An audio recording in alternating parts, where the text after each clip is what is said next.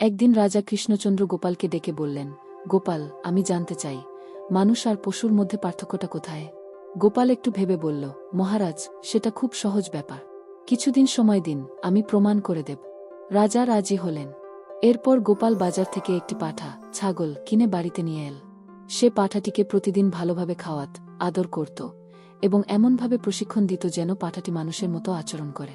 একদিন গোপাল সেই পাঠাটিকে ভালো কাপড় পরিয়ে রাজসভায় নিয়ে এলো। রাজা অবাক হয়ে বললেন, এ তো যেন একেবারে মানুষ হয়ে গেছে। গোপাল মুচকি হেসে বলল, মহারাজ, এখন দেখুন।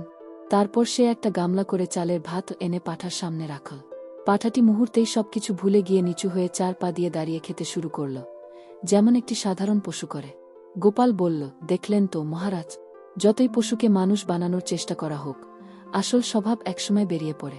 এটাই মানুষ আর পশুর পার্থক্যের মূল কথা, চিন্তা ও বুদ্ধির বিকাশ। রাজা মুচকি হেসে বললেন, বাহ গোপাল, তুমি সত্যিই অসাধারণ।